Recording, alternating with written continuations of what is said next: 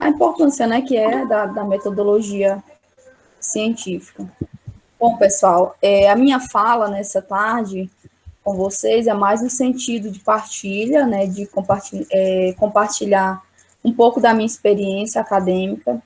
Eu fui aluna de PIBIC, né, eu ingressei na graduação e tem um colega também aqui na turma de graduação, Evileno. Boa tarde, Evileno.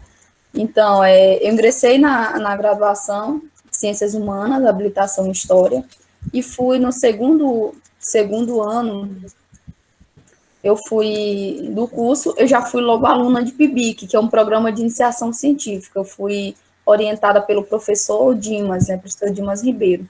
Então, essa experiência como aluna de iniciação científica me ajudou muito, porque o aluno de iniciação científica, ele tem que produzir, ele tem que fazer relatório, ele faz a pesquisa, ele tem obrigações, né, de publicar artigos, e tudo isso vai moldando o aluno para se tornar um jovem pesquisador. Isso aí também foi me ajudando, me encaminhando a construir o currículo e a me preparar para futuras seleções de mestrado. E aí o colega estava falando que tem pretensões. A seleção de mestrado, né, é algo que é um caminho, que a pessoa vai construindo vai construindo toda aquela questão da publicação, construindo um bom currículo Lattes, a trajetória, as experiências. Então, eu não fiz uma única seleção de mestrado. Eu fiz, acho que, 3 seleções de mestrado para conseguir na instituição que eu queria, né, que é a Universidade Federal de Goiás, né, onde estou fazendo mestrado atualmente, estou no 2º ano do mestrado. Então, passei por várias experiências. Então, por que estou falando isso para vocês? Porque essas experiências, essa trajetória, ela vai moldando o que a gente vai chamando de técnica de pesquisa, de metodologia. Porque a linguagem científica, ela tem uma técnica. Só que essa técnica, ela é aprimorada através da prática, através dessas experiências também. Porque toda técnica, se ela é usada por um ser humano, ela é moldada através das experiências. Então, pessoal, o minicurso, ele está falando basicamente da linguagem do artigo científico. Então, qual é essa linguagem? Como vamos ler essa linguagem, né, do artigo científico? E é claro que ele obedece essa linguagem a critérios metodológicos, teóricos metodológicos.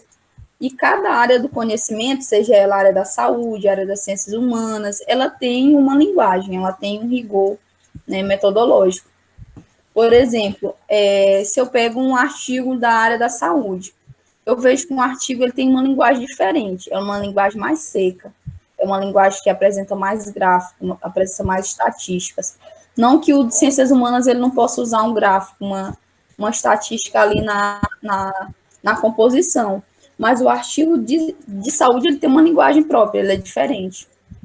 Já, por exemplo, quando eu pego o artigo de ciências humanas, eu vejo que ele é uma linguagem, dependendo do autor, ele tem uma linguagem mais poética, uma linguagem mais conceitual, ele vai ali analisando, por exemplo, eu falo da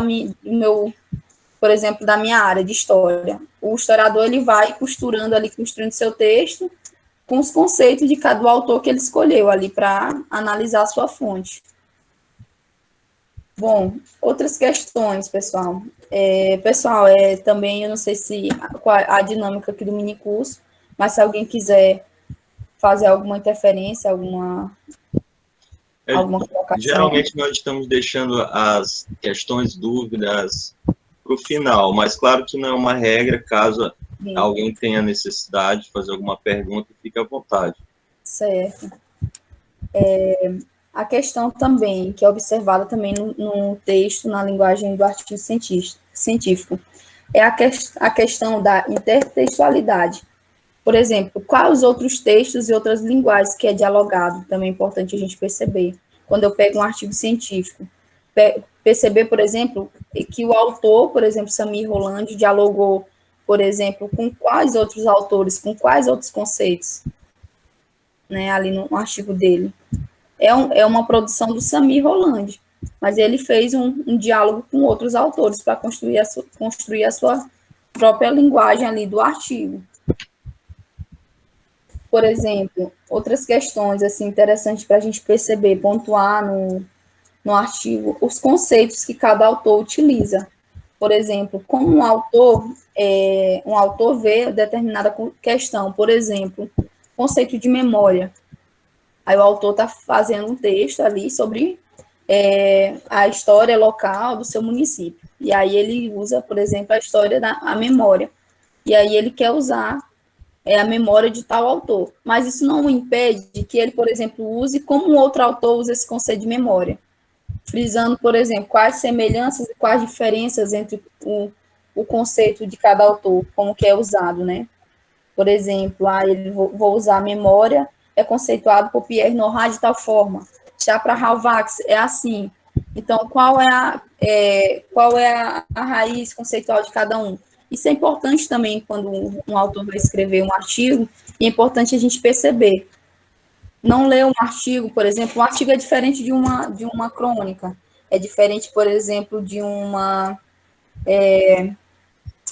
um livro de literatura, uma história que a gente vai lendo, ele tem um enredo. O artigo ele tem uma técnica para ser construído. E aí, quando eu leio, eu vou perceber, vou extrair dali, por exemplo, qual é os pontos, a técnica que é usada. O autor usou teoria, que teoria ele usou, que conceito ele usou.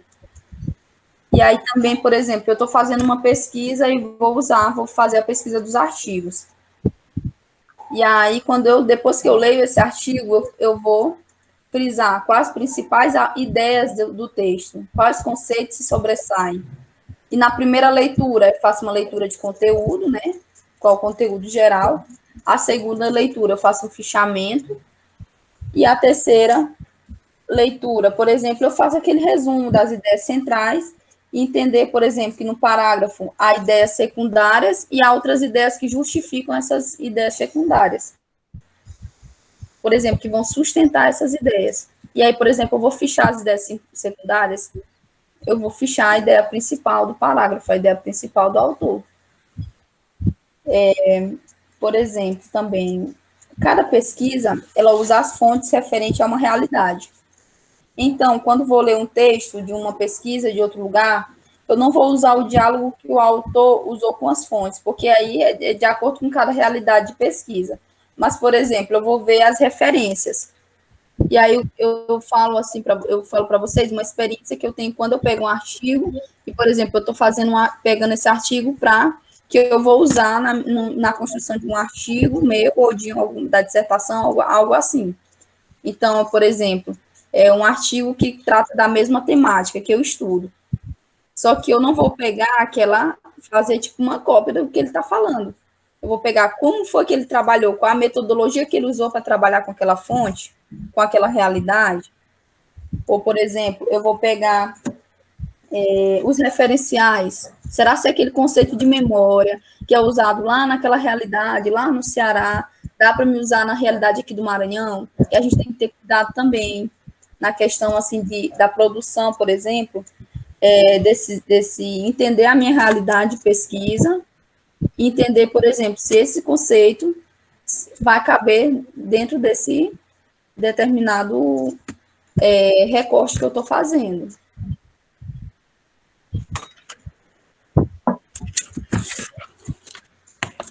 Mais outras questões. Outra questão também, pessoal, que eu utilizo muito como técnica, é a questão do filtro da leitura. Por exemplo, eu pego um livro e eu estou pesquisando, por exemplo, sobre Baixada Maranhense. E aí eu vou fichar, por exemplo, no artigo, onde aparece a palavra Baixada Maranhense.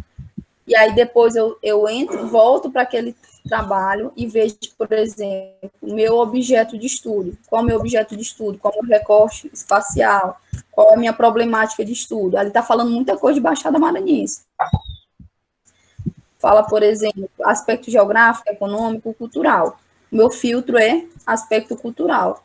Então, eu vou pegar ali, voltar no texto, onde tem Baixada Maranhense, e vou fichando aquela parte que fala aspecto cultural. Mais essas questões, pessoal.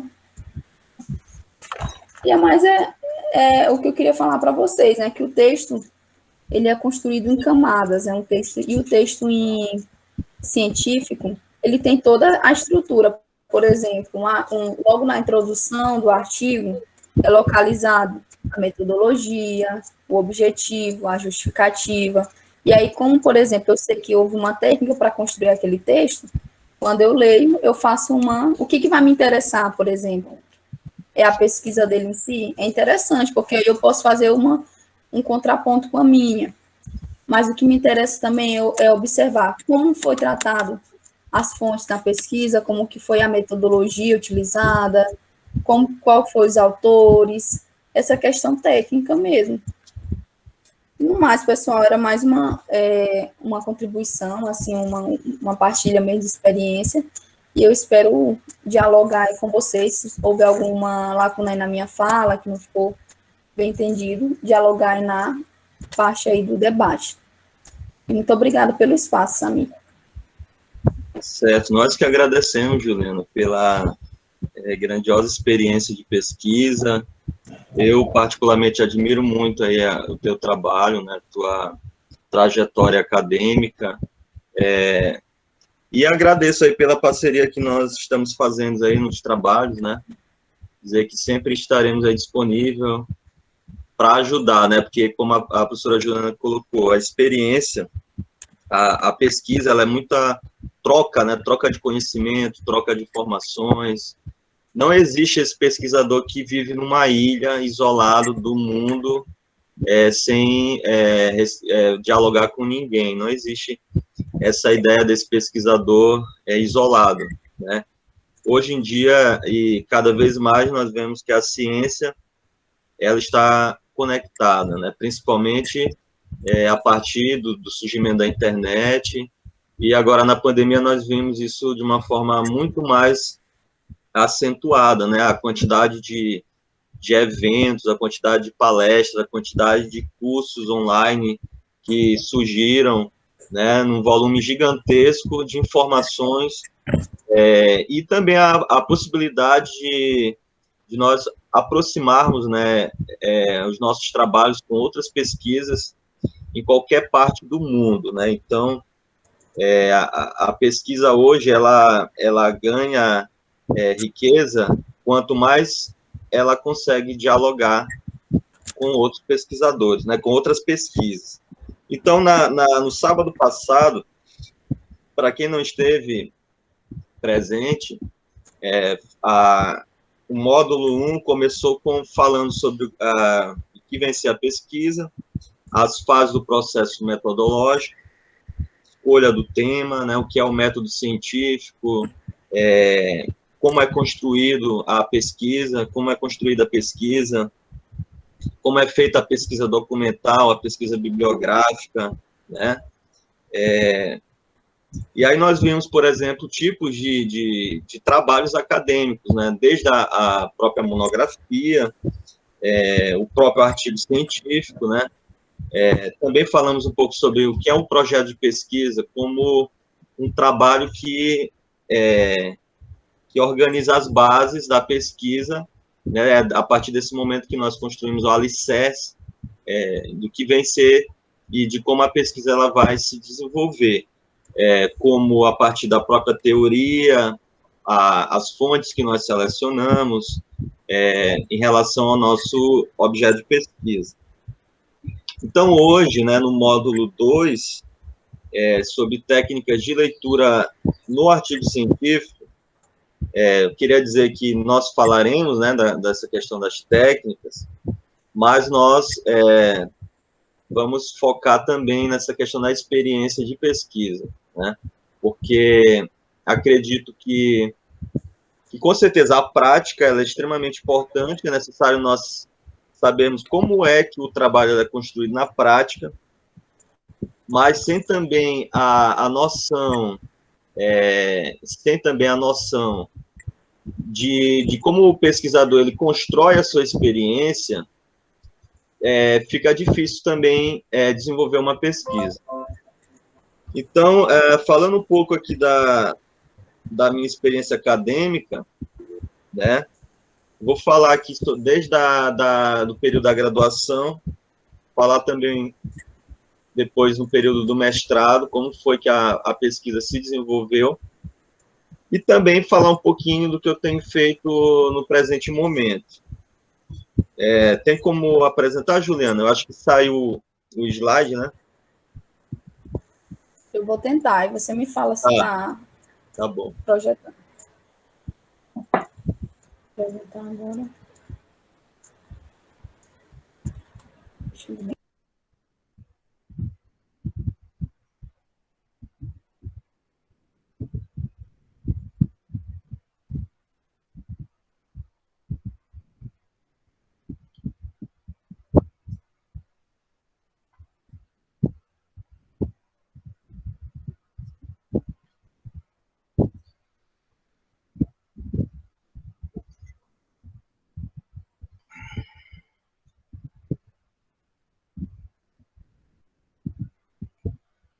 Então, pessoal, a pesquisa, nós veremos, por exemplo, desde a escolha do tema, como, por exemplo, a questão do levantamento bibliográfico e de fontes, tá?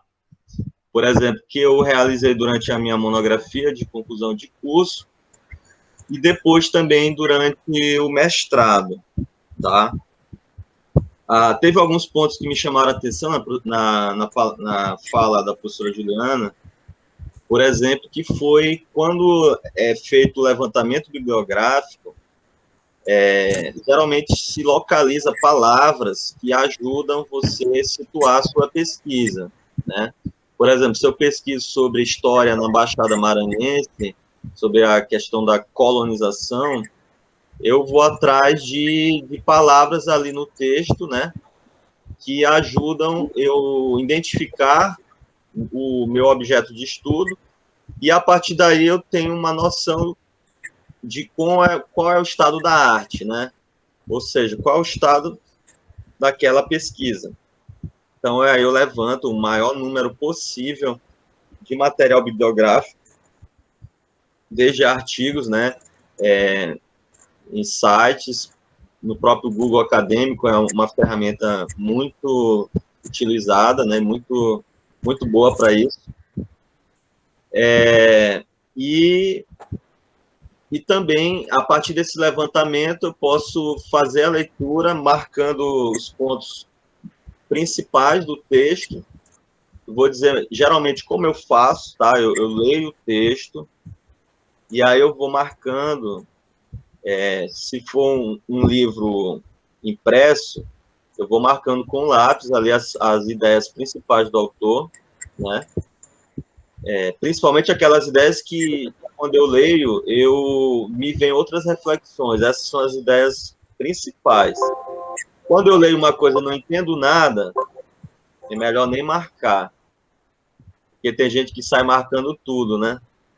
Tem gente que lê o texto, aí porque achou bonito aquela parte, aí marca. Mas não adianta marcar uma coisa que você nem entendeu. Então, vou lá, marco a ideia principal do autor, e aí depois que eu marquei a ideia principal do autor com lápis, né, eu posso grifar embaixo, né, embaixo da frase, e aí eu vou fazer o fichamento. O fichamento, eu vou colocar o número da página onde eu encontrei aquela passagem, e a partir do número da página eu vou registrando as frases, né, que mais me chamaram a atenção naquele livro, naquele artigo, naquela dissertação, naquela monografia. E aí eu construo o fichamento. Aí alguém poderia perguntar, mas o fichamento todo mundo já ouviu falar, né? Não é nenhuma novidade. A gente não... A ideia não é só fazer o fichamento também, que a pesquisa não para por aí. Você vai fazer também um fichamento do fichamento, que é ler o fichamento e marcar as partes mais importantes desse fichamento que já foi feito. E a partir daí eu posso fazer um outro fichamento mais resumido, com ideias chaves, né? Eu acho que a Juliana saiu. E aí, essas técnicas, elas são importantes, né? Como o Reginaldo colocou no chat, a questão do filtro, né? Há um filtro que a gente faz no texto, e aí, a partir desse filtro, dá para eu entender o que o autor escreveu. Porque quando a gente lê a gente tem que entender que quando a gente lê um livro, ali, esse texto ele está carregado de uma série de informações, que quando nós fazemos a primeira leitura, nós não identificamos isso com muita clareza, né? Que tipo de informações são essas? Tá. Primeiro, o autor, quando ele escreve eivado de uma ideologia ou de uma impressão, uma visão de mundo. Esse é o primeiro ponto. Então, é preciso identificar qual é essa influência que ele tem. Por exemplo, há autores que são mais marxistas. Então, esse autor marxista ele vai escrever um texto a partir da ideia da influência de Karl Marx. Ele vai enfocar a questão da exploração de uma classe sobre outra, a questão da ideologia, do que é da questão, por exemplo, da dominação de classes, né, da exploração, das desigualdades, das lutas de classes, enfim. Isso vai aparecer com clareza, não com clareza, mas é preciso identificar isso. Da mesma forma que essa questão mais ideológica, mas ali tem os autores que são utilizados. Eu vou fazer um levantamento. Quem são esses autores que são utilizados no texto? Né? Então, eu vou anotar esses autores, vou procurar conhecer, porque só é possível entender uma obra se eu conhecer os autores que foram citados na obra do autor que escreveu o texto. Às vezes a pessoa quer insistir naquele texto que ele não conhece os outros autores que foram citados, ele vai entender muita coisa, mas ele não vai entender ali na sua vamos supor, em 100%, ele vai ter uma compreensão limitada do texto. Outra coisa é conhecer as fontes que foram utilizadas, né? Quais foram os arquivos que foram pesquisados pelo autor. É preciso ir atrás dessas fontes e não confiar também no que o autor está dizendo, né? O autor não é detentor da verdade, ele pode cometer equívocos, ele pode citar um autor errado, ele pode citar uma fonte errada, ele pode fazer uma interpretação equivocada, e aí quando eu vou diretamente na bibliografia que ele citou e nas fontes, eu posso ter uma oportunidade de ver, talvez, um equívoco que o autor possa ter cometido, e aí dar uma outra interpretação também para aquele acontecimento, para aquele objeto. Bom, pessoal, então, o slide já aparece aqui, né? Poderia passar para a gente, Juliana, por gentileza?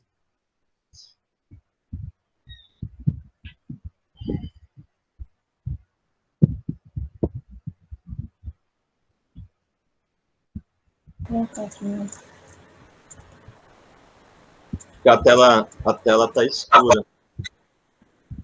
Está escura a tela? Vocês estão conseguindo visualizar? Sim. Pode passar, por favor, Juliana. Tá. Então, eu vou falar um pouquinho da minha trajetória acadêmica durante a graduação, né? Assim como a Juliana, eu participei de programas, né? Como o PIBID, só que era um programa mais voltado à docência. Só que nós éramos envolvidos com pesquisa, né? O professor Hickley, né, que é o diretor da UFMA, era diretor naquele momento, ele propôs uma produção de um livro didático, né, sobre diversos aspectos da história de Pinheiro, né? E aí, na época, eu fiquei com responsável por pesquisar sobre a economia de Pinheiro. Eu fiz um levantamento bibliográfico sobre o tema, logo percebi que não tinha muita coisa para ler, né? Tinha alguns autores que não eram nem historiadores, né? Alguns eram escritores, outros jornalistas, médicos, né? Mas escrito mesmo por historiadores, eram poucos trabalhos. Mas aí eu fiz a leitura, né, e aí com uma oportunidade de transcrever uma carta de Sesmaria com a professora Poliana, eu comecei a pesquisar sobre esse tema, né, da colonização da Baixada, e aí comecei a participar de eventos, né, eventos em diversas instituições, né, tanto de história, mas também outros de eventos que me permitiram refletir, e naquele momento eu já passei a apresentar trabalhos e publicar, né, publicar em anais de eventos. Por isso que eu falei isso na semana passada, né, que a gente não pode se privar de produzir o trabalho, mesmo que a gente não esteja completamente pronto ou preparado para escrever. Porque a verdade é que nós nunca vamos estar completamente pronto, né, Juliana? A gente sempre vai estar faltando alguma coisa, e a gente não se sente 100% seguro, né? A pesquisa, ela vai se construindo aos poucos.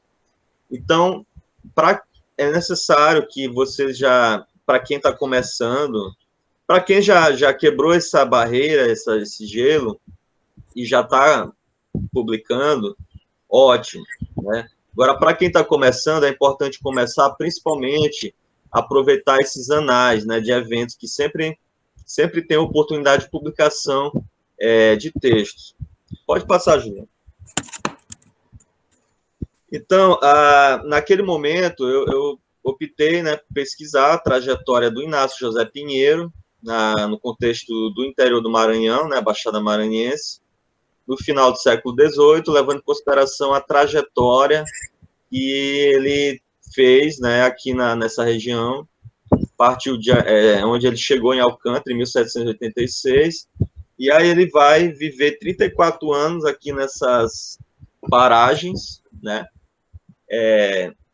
e aí vai participar do processo de colonização, pedindo cartas patentes, né, carta de Sesmarias, e servindo a coroa portuguesa, tanto no combate aos indígenas, né, também no combate a quilombos, né, e atuando de uma forma que contribuísse ali para o processo de colonização.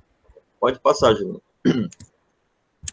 E aí, como metodologia, olha aí, se alguém estivesse lendo, por exemplo, minha monografia, né, aí já poderia fazer uma ficha, né, anotando o meu tema.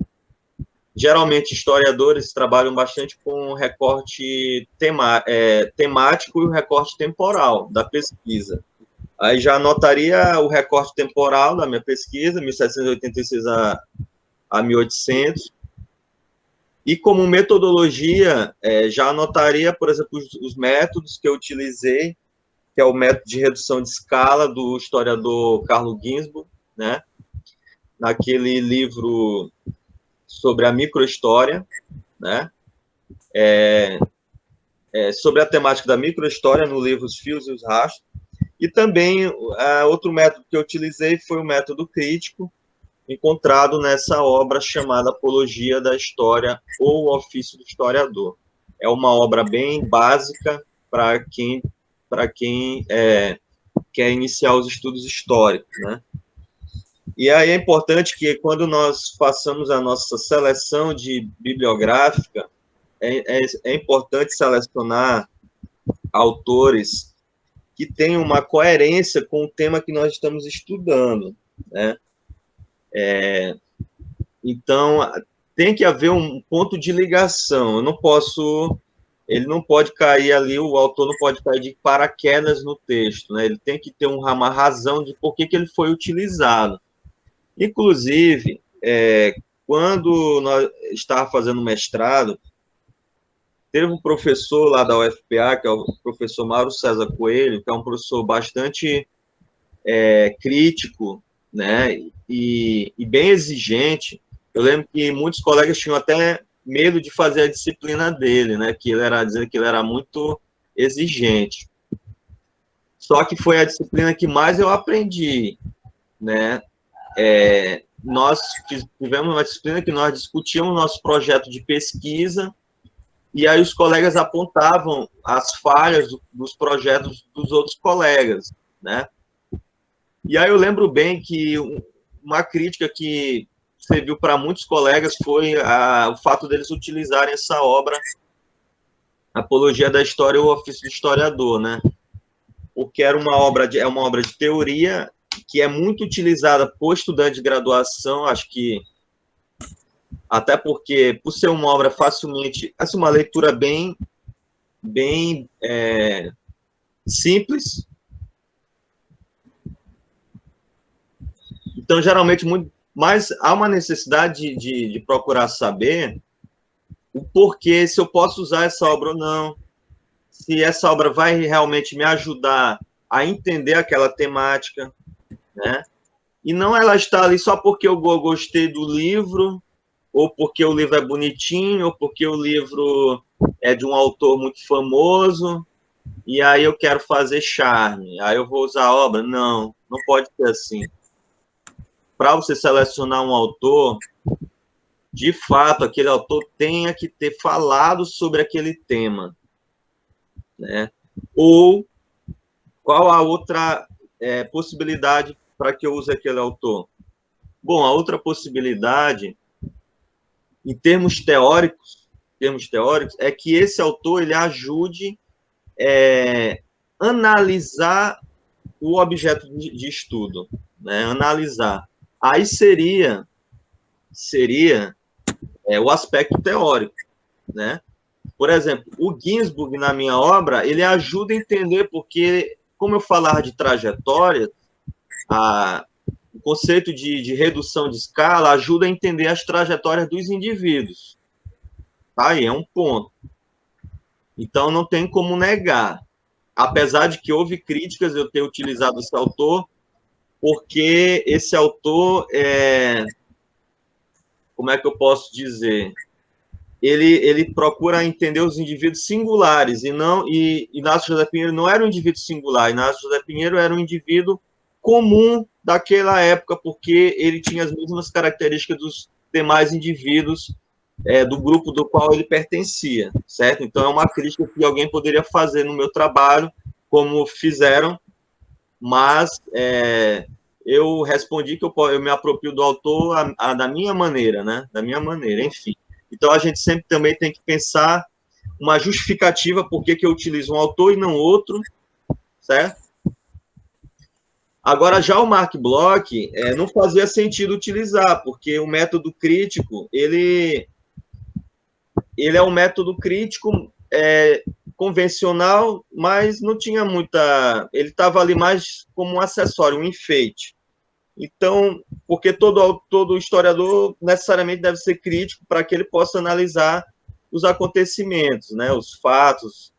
Eu acho que essa obra Apologia da História seria mais no sentido teórico e metodológico, mais para quem estuda a teoria da história, e não para quem está analisando ali outra temática, como Baixada Maranhense, outra temática, enfim. Passa aí para mim, Juliana, por favor. Agora, como fontes documentais, eu fui atrás de alguns acervos, né, como o Arquivo Público do Maranhão, Arquivo Histórico Ultramarino, Arquivo da Torre do Tombo, na própria Cúria Diocesana. E aí, fotografando boa parte desses documentos que não estavam disponíveis e tratando essa documentação. Como é que a gente trata a documentação? Organizando por meio de tabelas, né? Como eu citei no módulo anterior, eu trabalhei com cerca de 1.164 cartas de Sesmarias, né? Que estavam ali presentes em 15 livros, né? Da coleção chamada Coleção Interpa, que é uma coleção que foi publicada pelo Arquivo Público do Pará. São cartas de Sesmarias, por exemplo, do Maranhão e também do Piauí, nesse período da primeira metade do século XVIII. Isso no mestrado. Como eu tratei essa documentação? organizando essa documentação em tabelas, né? Filtrando as principais informações das cartas, porque já pensou, se eu fosse trabalhar toda essa informação, é necessário fazer um filtro, selecionar o que de fato eu vou precisar. E tanto é que quem quiser depois pode dar uma olhada na minha dissertação. Tem muita parte de anexo, né? De anexo tem praticamente quase 100 páginas, tem umas 70 e poucas páginas, 80 e poucas páginas de anexo. Porque tem lá nos anexos, tem todas as tabelas que eu utilizei para organizar essas informações, para saber qual era o governador que concedia uma carta, em que ano foi concedida a carta, quem solicitou a carta, em que região foi solicitada a carta. Então, ali tem, de forma bem sintética e bastante resumida, tem as informações, porque não tem como fazer uma pesquisa se você não trabalhar essas informações, né? Às vezes tem muita gente que peca, eu acho que não seria a expressão mais apropriada, né? A não ser se for religioso, né, cristão, mas eu estou brincando, não, mas as pessoas, geralmente elas se equivocam, porque quando elas querem escrever, às vezes elas querem escrever sem já ter uma pesquisa, né? Eu mesmo passei por isso quando fiz o mestrado. Eu lembro que eu queria muito iniciar a escrita, eu estava, tipo, querendo ter alguma coisa para apresentar, porque a data da qualificação da dissertação estava chegando, e faltava poucos meses, eu não tinha nada. O mestrado, gente, é uma coisa, assim, de outro mundo, né? Porque é uma luta contra o tempo. Não basta ter as dificuldades da pesquisa, mas a gente ainda fica preocupado em um tempo que está passando, e às vezes a gente tem a impressão que a nossa pesquisa não está andando, não é assim, Juliana? É assim. Então, eu lembro que eu queria muito começar a escrever. Só que o meu orientador falava, você não pode escrever enquanto você não já tiver uma pesquisa. E aí eu ficava, né, naquela dificuldade, né? Então, mas eu segui a orientação dele, fiz a pesquisa, e aí quando eu já estava com uma pesquisa assim, concluída não, porque concluída a gente nunca vai ter uma pesquisa concluída, mas pelo menos já bem adiantada. Aí eu comecei a escrever. E aí também, quando eu comecei a escrever, foi rápido, né? Fluiu. Em 1 mês, 2 meses, já tinha 2 capítulos, né? E aí foi aquela alegria. Mas não é fácil. Então, pode passar aí, Juliana, por favor. Então, assim, na monografia, eu fiz aqui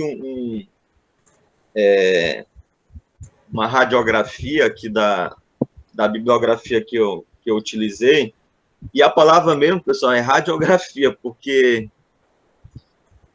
experimentem, depois eu vou passar esse exercício, se a gente tiver tempo aqui para fazer, eu vou pedir que vocês escolham um livro e façam uma radiografia desse livro. Aí vocês vão colocar no papel quem são os autores que esse autor leu, né, que ele utilizou no texto, quais são as fontes, quem é o autor, qual a instituição que ele estudou, né, quais são as suas influências, qual é a teoria que ele utilizou nesse livro, nesse texto. Então, aqui, fazendo isso aqui na minha monografia, por exemplo, história local, que trabalha história local, eu citei aqui alguns autores, como Josias de Abreu, Aimoré Alvim, a Graça Leite, o Jerônimo de Viveiro, né, José Jorge Soares. como uma historiografia especializada, ou seja, aquela historiografia que discute temas mais específicos que são encontrados no trabalho, por exemplo, aquela historiografia que trabalha Sesmarias. Eu utilizei, por exemplo, Marcelo Caetano, Rafael Chamboleiron, né, Mônica Diniz. Então, é necessário né, conhecer os autores que discutem aquela temática. E, às vezes, nós encontramos muitas temáticas, dependendo do objeto de pesquisa. Sobre questão militar, utilizei a Ana Paula Costa, Thiago Krause, Cristiane Mello. E sobre Maranhão Colonial, também muitos autores, desde a Maria do Socorro Coelho Cabral, que é uma autora clássica, né? Até autores mais recentes, como o próprio Alírio Cardoso, que é coordenador do programa de pós-graduação da UFMA, né, meu coordenador. Rafael Chamboleiron, que é o meu orientador, né? E aí nós dividimos, né, a bibliografia entre autores clássicos. O autor clássico, gente, é o autor que primeiro falou daquele tema, né? Foi um dos primeiros a falar daquele tema. Então ele você nunca deve deixar de citar um clássico. Você pode até deixar de citar um autor mais recente, depois dar uma desculpa que não citou porque não conhecia, ou porque o trabalho foi publicado recentemente, você não teve conhecimento. Ainda é possível aceitar uma desculpa dessa. Agora, você dizer que não citou uma obra clássica é um dos pecados, um dos erros mais graves que tem no pesquisador, né? Só perde para o APUD, que é você citar um autor que foi citado por outro autor e que você não conhece, que você nunca leu, né? Passa aí para a gente, Juliana. Então, como eu falei, né, no primeiro capítulo do trabalho, falei sobre Sesmarias, né? Então, todos esses autores, eles foram devidamente citados, né, para eu poder falar desse tema. E aí você vai citar todos os autores que você conseguiu levantar, que falou sobre essa temática, sobre Sesmarias. Aí alguém poderia me perguntar, mas você citou todos para escrever esse capítulo?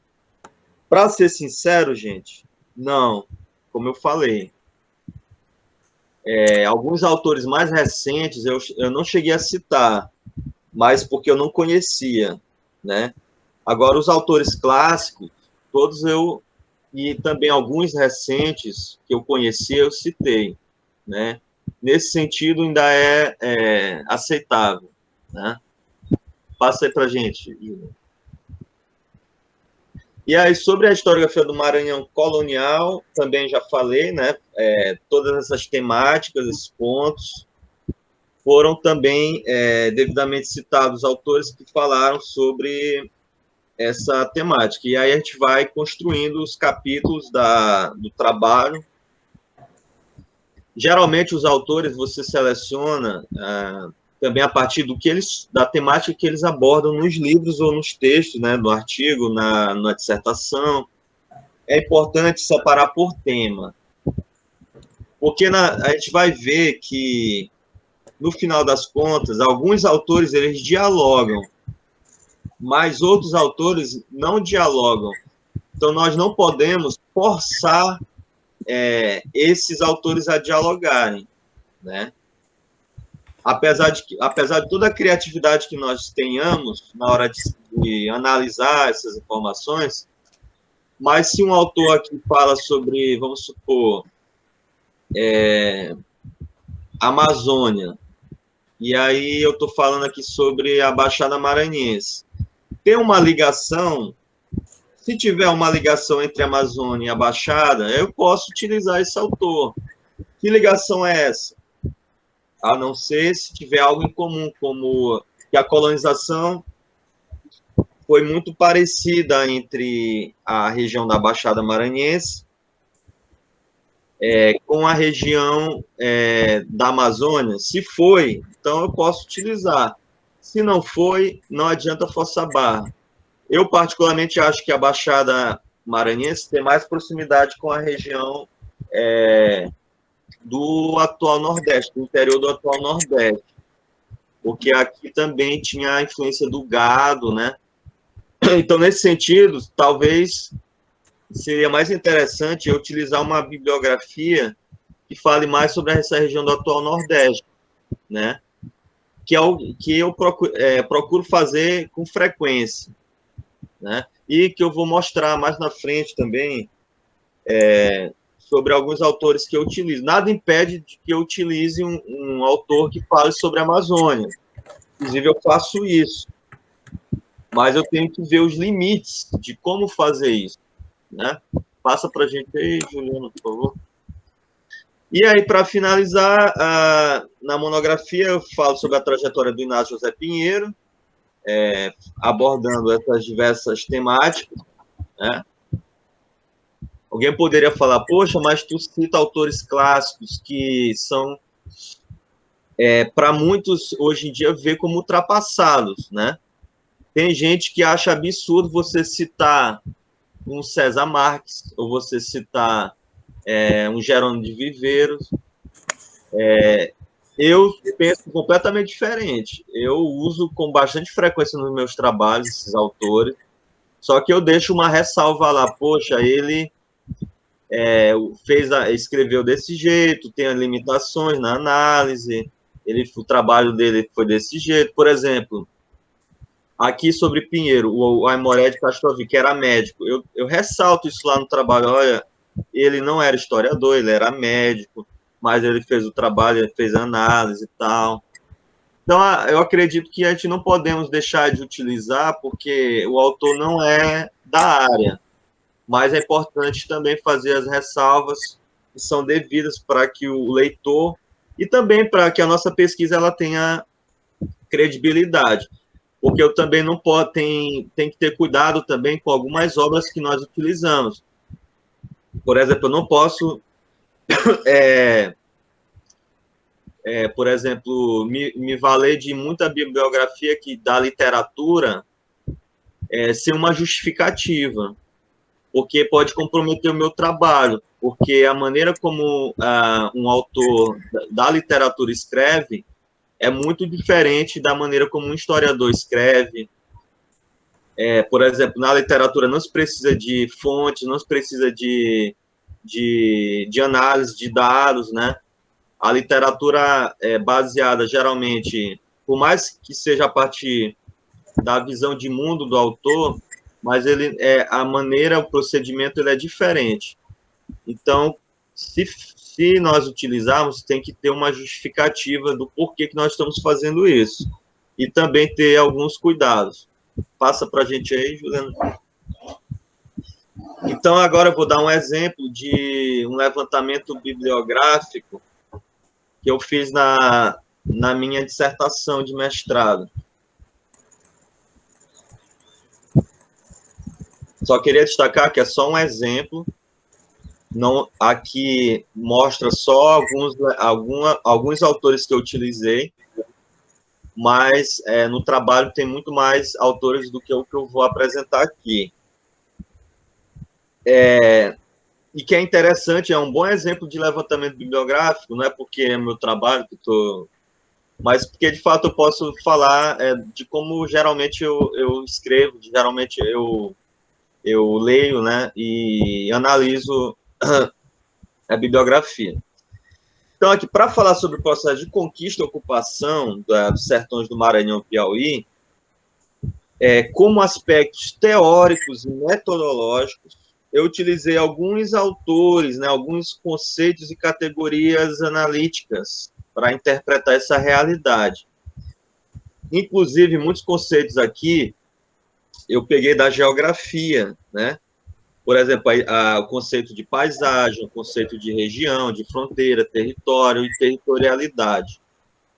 Então, por que eu peguei esses conceitos da geografia? Alguém poderia perguntar, poxa, mas o trabalho não é na área da história, como é que tu vai buscar na geografia esses autores para tu interpretar esse processo de conquista do Maranhão e Piauí?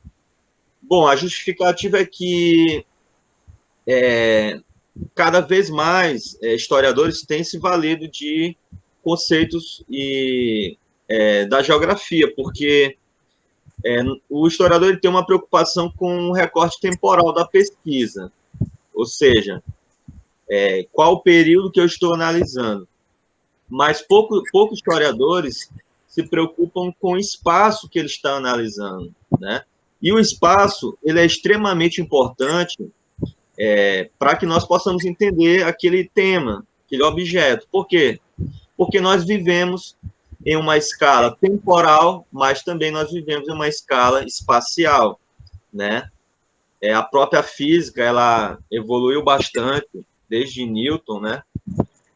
E hoje nós temos uma teoria, né, que é a teoria da relatividade, vai dizer que dependendo do ângulo que nós estamos observando, nós temos uma interpretação diferente, e a discussão e a noção sobre a categoria espacial, ela é uma categoria que vem cada vez mais sendo pensada, e na história também. Então, eu procurei utilizar, né, essa justificativa de eu ter utilizado esses conceitos da geografia, e aí, a partir desses conceitos, eu vou pincelando a bibliografia que eu preciso ler e utilizar no meu trabalho. Passa para a gente aí, Juliana, por favor. Então, por exemplo, a categoria de sertão, que é uma categoria muito utilizada, não só é importante ressaltar, não só na historiografia, mas até na literatura, muitas músicas já apresentam essa categoria de sertão, e é uma discussão até hoje sobre o que é o sertão, né? Só que o sertão que eu me utilizo aqui no trabalho é o sertão da historiografia, né? Do que os autores procuraram entender o que é o sertão. E aí eu vou selecionando diversos autores que apresentam em suas obras a ideia de sertão. Passa para a gente aí, Júlia. Obrigado. Por exemplo, o Antônio Robert Moraes, ele fala que o sertão ele não seria propriamente um lugar, mas um significado atribuído a determinados lugares em razão de condições específicas, né? Então, ele vai dizer que os diversos sentidos expressos pelo sertão estariam relacionados à subjetividade dos indivíduos. Pode passar, Juliana. Aí já outro autor, né, outros autores, como Rafael Chamboleiron, Monique Bonifácio e Vanice de Mello, entendem o sertão amazônico como uma região que abrigava diversos sentidos. Então, vocês veem que eu utilizo o Antônio Robert Moraes e já apresento também uma outra concepção de sertão, que é o sertão amazônico, citado por esses autores. Pode passar, Júlio. Já outra noção de sertão seria a noção da Kalina Silva, né? Só que já é uma noção de sertão a partir do imaginário açucareiro, que é a partir da colonização do Nordeste, né? Do Nordeste ali da Bahia, Pernambuco, que já vai ter uma outra compreensão de sertão, né? Porque no período do século XVI, o sertão era utilizado como sentido civilizador, né? Então, por exemplo, o sertão era o lugar que precisava ser civilizado, era o lugar dos povos indígenas, era o lugar dos bárbaros. Então, vê que cada autor ele tem uma compreensão diferente do que é o sertão. Passa, Juliana. Pode passar também isso aí. Quer dizer, volta lá, por favor, Juliana. A Núbia Braga, ela tem uma noção de sertão que foi essa que eu falei, muito parecida com a da Kalina Silva, né? Que é o sertão como lugar a ser conquistado, né? Que é muito parecido com o da Kalina Silva, porque a Kalina Silva ela apresenta a noção de sertão como um espaço a ser civilizado. E a Núbia Braga como um sertão, como um espaço a ser conquistado. Então, é muito semelhante essa noção de sertão. Então, bem aí eu poderia dizer que essas duas autoras, a Núbia Braga e a Kalina Silva, elas apresentam concepções semelhantes ou parecidas do que é sertão. Diverge um pouco do sertão amazônico, quer dizer, diverge muito do sertão amazônico, né? Então, por que eu estou apresentando isso? Porque o levantamento bibliográfico é justamente isso, você levantar todos os autores que falam daquela temática, apontar as semelhanças entre eles e também as diferenças entre eles, né? A partir daí, eu vou conseguindo fazer uma análise e chegar a alguns resultados, porque a pesquisa, o próprio artigo científico é justamente isso. Você precisa apresentar alguns resultados, mesmo que esses resultados não sejam completamente inovadores, mas pelo menos um resultado ali que seja analítico e que seja uma interpretação diferente do que vem se falando, né? Passa para a gente aí, Juliana, por favor. Aqui seria a mesma coisa, né? O Alisson ele já tem uma outra noção do sertão.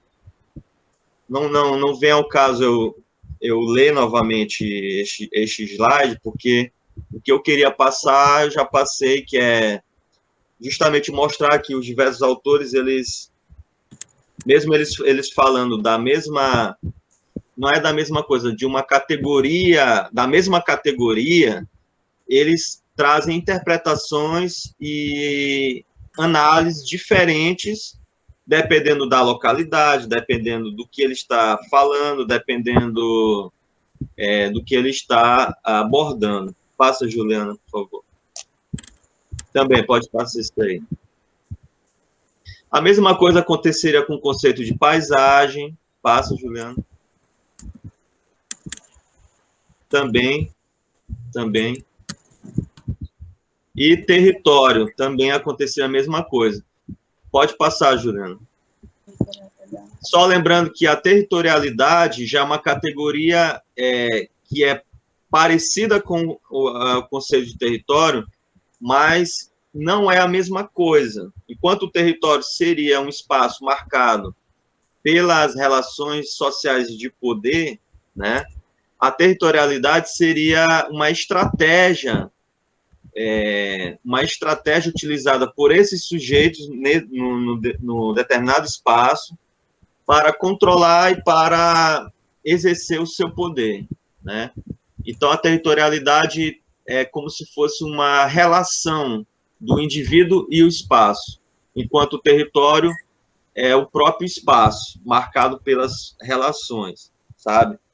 Então, é importante o levantamento bibliográfico, mesmo sendo de um mesmo tema, de uma mesma categoria ou de um mesmo conceito, mas quando nós vamos analisar, é importante deixar claro que não é a mesma coisa, que existem diferenças, que existem detalhes importantes que precisam ser considerados no trabalho. Passa, Juliana. Também. E é isso, pessoal. Passa isso também. Sobre a pesquisa documental, eu falei também, né? Eu acho que não teria necessidade de falar novamente, a não ser se alguém tiver mais alguma dúvida. Passa esse slide também, Juliana. Também. Mais esse aí. Também, mais esse. Também. Que as cartas de César Marias eu já falei, né? Dei um exemplo de como eu tratei essa documentação. Pode passar isso aí também. E aí, por fim, algumas referências, né, dos trabalhos que eu citei, né? Claro que tem muitas outras bibliografias que nós podemos consultar, nós podemos estar pensando outras bibliografias para compartilhar também com os colegas. Tem um livro muito bom, que é esse Fundamento de Metodologia Científica, da Marina de Andrade Marconi e da Eva Lacato. que é um verdadeiro manual mesmo da pesquisa científica. Ela não dá, como é que se diz, ela não dá ela não faz nenhum milagre de dizer que você vai ler o livro e vai, a partir daí, ser um grande cientista, mas ela dá algumas orientações de como você produzir um trabalho de qualidade. E é justamente isso, nós não temos as fórmulas prontas, né? Né, a professora Juliana, a gente não poderia mentir aqui para você e dizer que a partir de uma fala, de uma única palestra, todo mundo já sairia daqui publicando vários artigos e defendendo trabalhos assim de alto nível acadêmico, porque o trabalho acadêmico ele exige bunda na cadeira mesmo, né? Bunda na cadeira e muito estudo.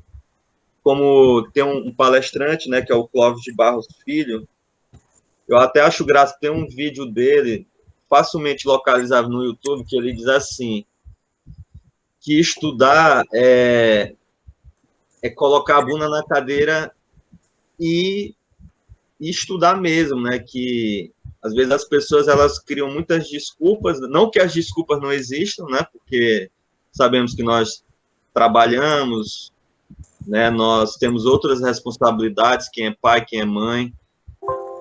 Mas aí ele fala assim que no vídeo que para a pessoa deixar de preguiça, deixar de dar desculpas e procurar estudar, né?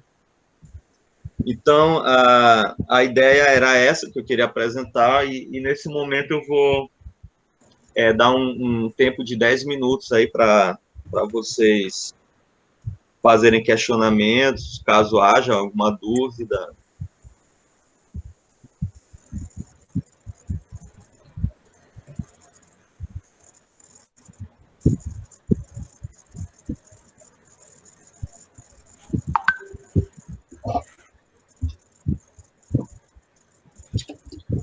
Tem alguém que gostaria de fazer alguma pergunta?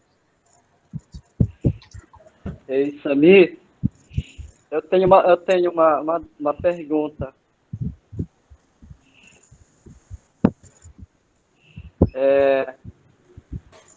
Tá me ouvindo? Tô ouvindo, sim. Às vezes a gente perde muito tempo em busca de referencial, né? A gente sabe o nosso tema, mas muitas das vezes a gente acaba se prendendo a livros que não abordam o que a gente gostaria realmente de trabalhar. Aí eu pergunto para ti, para Juliana, tem algum macete para a gente... Tem algum macete, algumas regras para a gente não perder muito tempo, ir direto na fonte, para a gente não demorar muito fazer o trabalho da gente, o artigo? Eu estou querendo, como eu te falei, né? Eu estou querendo subsídio nesse mini curso para me poder fazer um artigo e tentar, né, divulgar ele. Meu objetivo é divulgar. Eu já tenho alguns artigos prontos, feitos, mas não divulguei, né?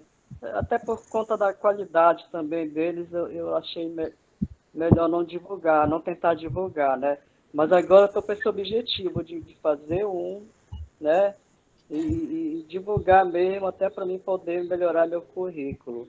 Aí eu pergunto, tem assim, alguma regra, algum macete para a gente não perder muito tempo escolhendo referenciais para poder realmente desenvolver um artigo?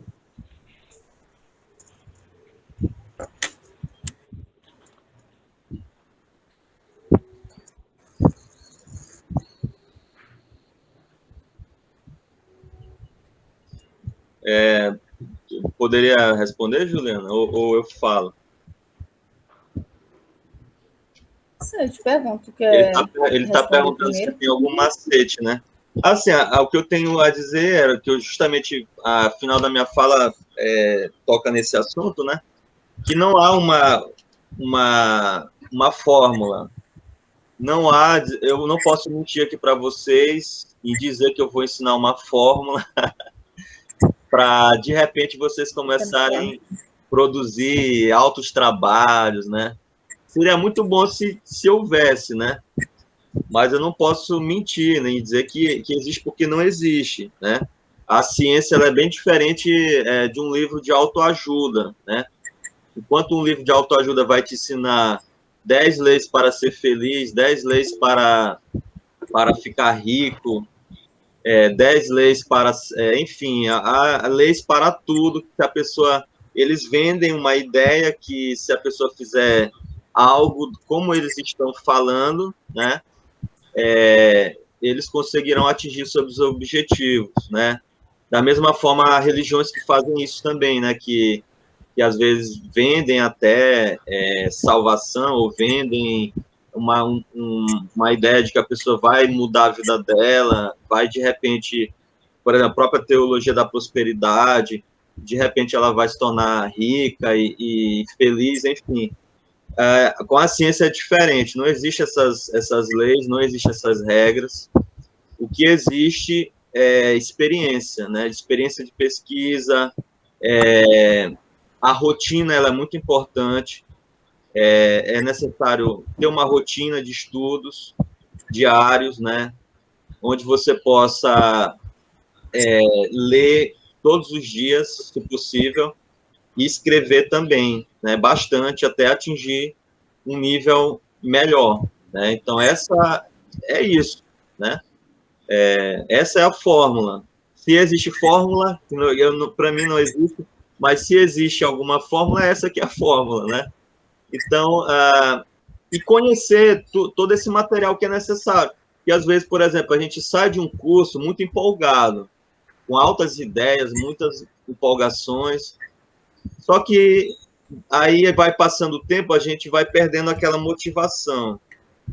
Então, é necessário continuar os estudos mesmo depois que essa motivação ela acaba. E aí, se for necessário, fazer mais cursos quando essa motivação acabar. Nunca perder essa energia que nós temos para fazer nossas pesquisas, porque tem horas que a gente está com mais energia, tem horas que a gente não tem mesmo nenhum pique para nada. A gente olha aquele livro ali, isso acontece com todo mundo, viu, gente? Não é só com... desde o doutorando, do doutor, todos acontecem isso. Tem horas que a gente olha para o livro e a gente não quer saber de ler. Essa que é a verdade. Isso acontece até com os temas de pesquisa mais apaixonantes. Então, é sentar mesmo a bunda na cadeira e estudar, porque, como o Clóvis de Barros fala nesse vídeo, né? Fala, olha, o resto é só desculpa. Às vezes as pessoas querem uma vida muito boa, assim, no sentido de muitas satisfações, e nem tudo é satisfação. Por exemplo, os estudos é um caminho árduo. Estudar, como eu estou parafraseando o próprio Clóvis de Barros Filho, é como ter músculos. Precisa exercitar. Você percebe, quando você faz um exercício físico, você não está acostumado, no outro dia você está todo cansado, seu braço está doendo, você está todo quebrado. A mesma coisa são os estudos.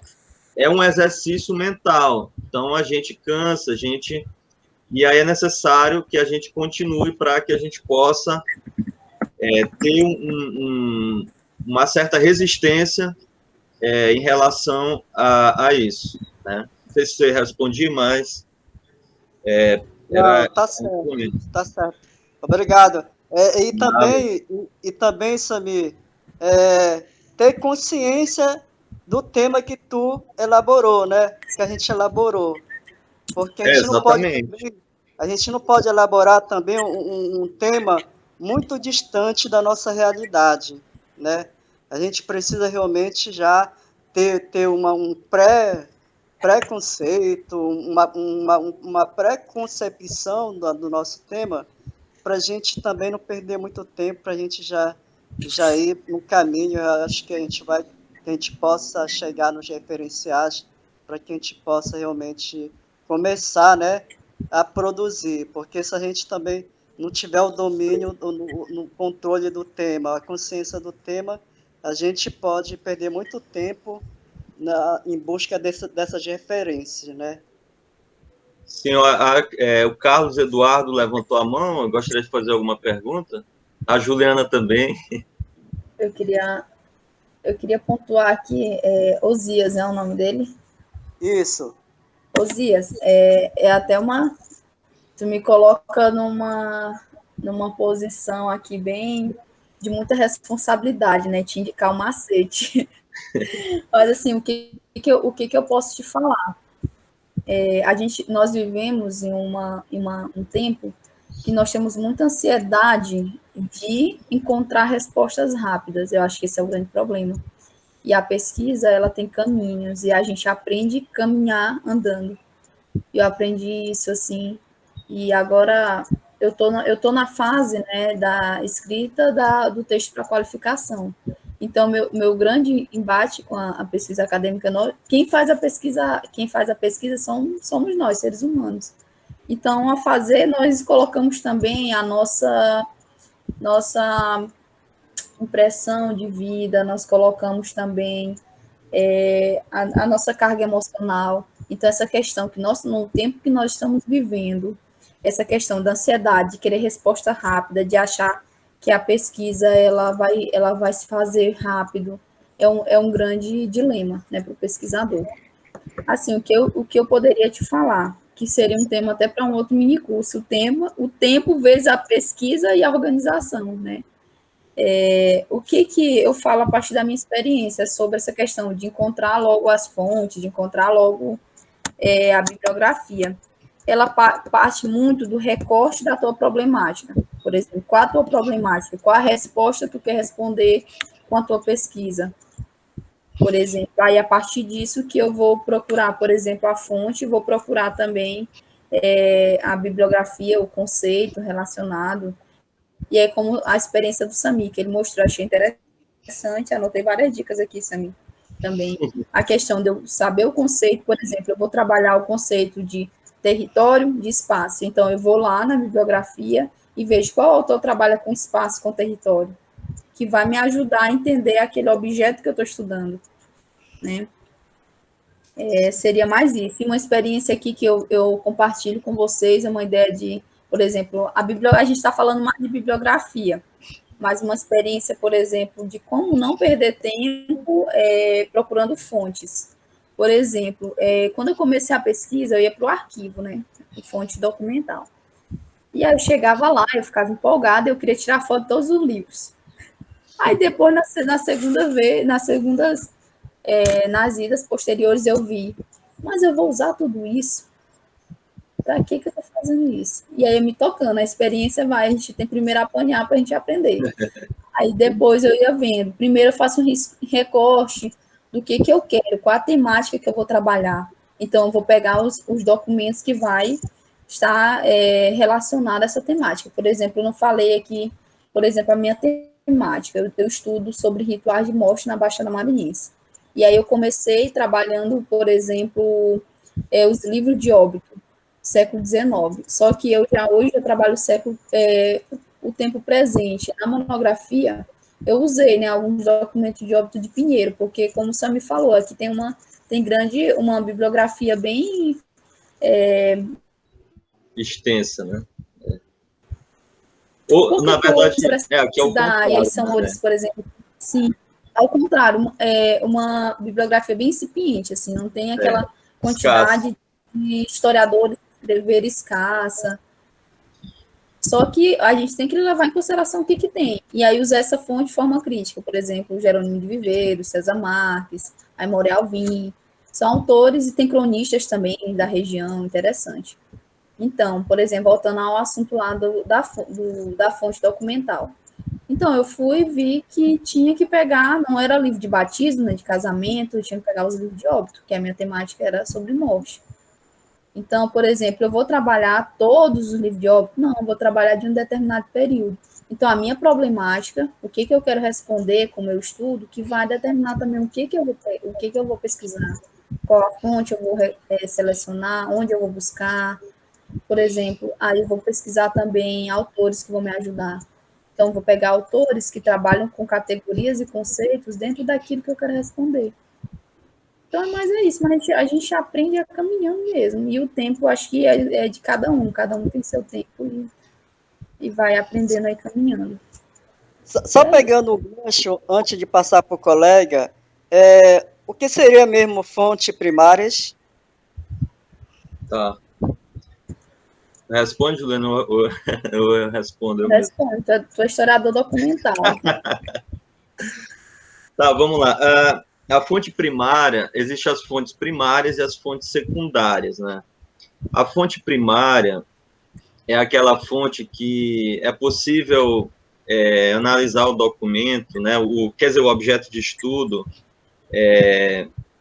a partir daquela versão primeira, poderia dizer assim, primeira daquele acontecimento, né? Ou seja, passou apenas por um filtro, né? Por uma interpretação, né? Já a secundária, como o próprio termo já coloca, é um filtro secundário, né? Porque geralmente já é um autor, né? Um autor que vai analisar aquela fonte, que já é um filtro da realidade, então já passou por outro filtro secundário sobre esse acontecimento. Mas, de fato, aparentemente parece uma pergunta simples, mas que não é. A gente não é tão simples assim de responder. Mas nós classificamos as fontes primárias como fontes de arquivo, localizadas em arquivos, e as fontes secundárias geralmente são livros, são artigos, jornais também, e outras fontes que já é uma produção, pode ser científica ou de outro tipo de produção, jornalística ou literária, daquele tema, né? Então, não sei se eu fui claro, mas é por aí. Só complementando aqui a fala do Samir. Vai lá. Só, desculpa, Osías. Não, só complementando aqui só complementando, né, a questão da fonte primária. Por exemplo, aí o Samir pesquisou a Carta de Seis Marias. Né, Samir, foi isso? Isso. Na monografia, né? Então, a Carta de Seis Marias seria uma fonte primária. O documento, por exemplo, o trabalho do Samir, a dissertação, que já analisa, já faz uma crítica, dessa Carta de Seis Marias seria uma fonte secundária. Por exemplo, hoje eu estou pesquisando sobre história da Baixada Maranhense. Vou usar o trabalho do Samir. E depois vou atentar ele para ele me ajudar também a entender aí o que as lacunas, Samir. Sim, não entendi essa questão sobre formação. E aí, essa fonte do Samir, para mim, a dissertação dele seria uma fonte secundária, que eu estou usando no trabalho. Só para... Tá certo. Legal. Eu acho que o Carlos Eduardo queria fazer uma pergunta. Na verdade, Samir, dá para ouvir aí, né? Só para dar uma complementação naquilo da pergunta do colega, do Osias, porque na verdade no começo, na hora que eu entrei, eu ouvi ele falando que ele era professor da SEDUC, tinha passado no mestrado, não conseguiu cursar porque a SEDUC não liberou e tudo mais, e me identifiquei com isso. Na pergunta que ele fez para vocês dois, sobre a ideia de ter um macete. Na verdade, não existe macete, como vocês dois falaram. Mas se ele quer publicar alguma coisa, a primeira coisa que ele poderia fazer é procurar as revistas, procurar o edital, as normas de publicação e tentar adequar o texto dele dentro dessas normas.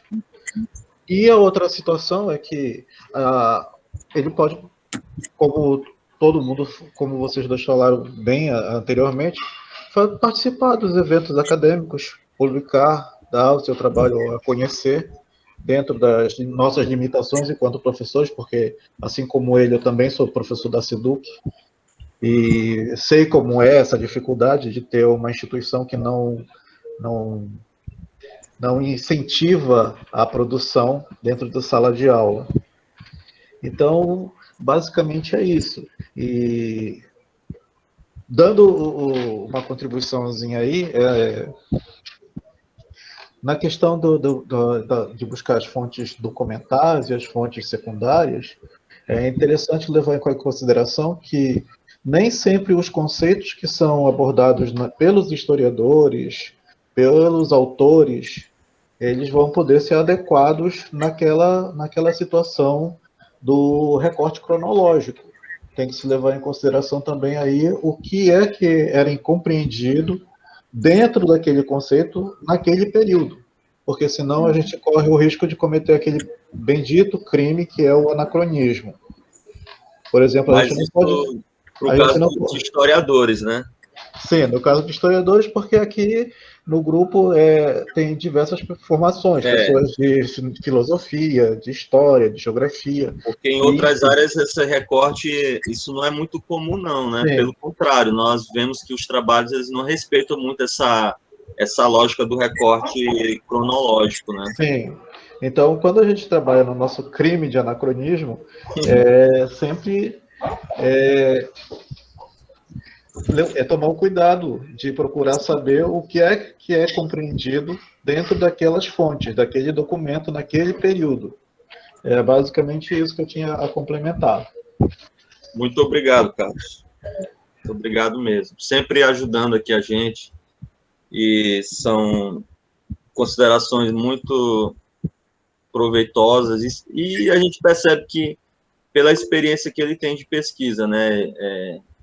A gente aprende muito e através da pesquisa nós vamos refletindo e é possível fazer essas constatações. Juliana, queria falar. Eu me lembrei de uma outra situação antes de passar a fala para a colega. Bom, no módulo anterior eu falei que eu sou acumulador, então eu não me restringo a minhas fontes propriamente ditas.